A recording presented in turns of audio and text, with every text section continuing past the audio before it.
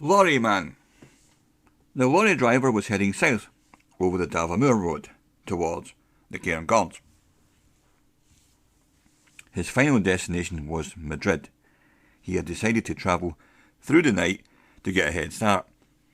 It was well after midnight, and he had been speaking with his wife on the phone just a few minutes earlier. He was heading across the remote moor where there is no mobile signal at all. Most people, for that reason, don't travel over the Davamore overnight.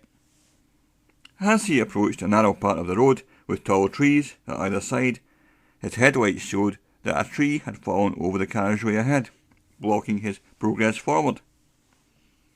It would be some task to reverse back 10 miles, and so he stopped about 50 yards from the fallen tree, got out of his cab and walked towards the obstacle. It was around 1 a.m. Lorry Man was isolated, on his own, and he had no phone signal. He had left his keys in the ignition. From the light coming from his truck headlamps, he examined the heavy tree trunk that was stretched completely over the single-track road. As he looked around at the fallen tree to see if he could somehow move it, he thought that the lights from his vehicle perceptibly dimmed. He had switched his engine off but had left his keys in to keep the lights going. He thought perhaps that the battery was getting low, and so he walked back towards his cab to start the engine up again and get some charge into the batteries, and then maybe make a phone call. He was presuming he had a mobile signal but didn't have much local knowledge about this stretch of road. As he walked back to his cab, he could hear the gentle bleeping of an alarm coming from the dashboard.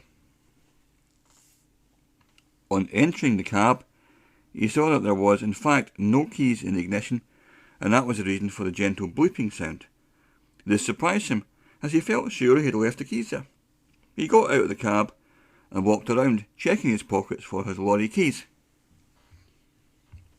And then, about 20 yards away, he saw them on the ground, sparkling in the light of his headlights. He must have dropped them absent-mindedly while he was walking around to check the fallen tree. It occurred to him that he hadn't noticed that there had been much in the way of strong winds about, and there were no signs of any other debris blowing around on the road. In fact, it was flat calm as he made the steps to pick up his keys from the ground. As he came closer to the keys, they appeared to move, almost as if they were being dragged along by a piece of wire. The keys were slowly moving over the verge and into the edge of the woods. He started to panic a bit and instinctively followed the keys that were travelling along the grass. The keys speeded up a bit as he pursued them, and they were getting out of his reach. Then the ground gave way underneath him. He plunged downwards with a thud, straight into a deep pit, stunned. He looked up to see a whole bunch of piercing eyes looking down at him from above. They shone a bright light on his face, inspecting their capture.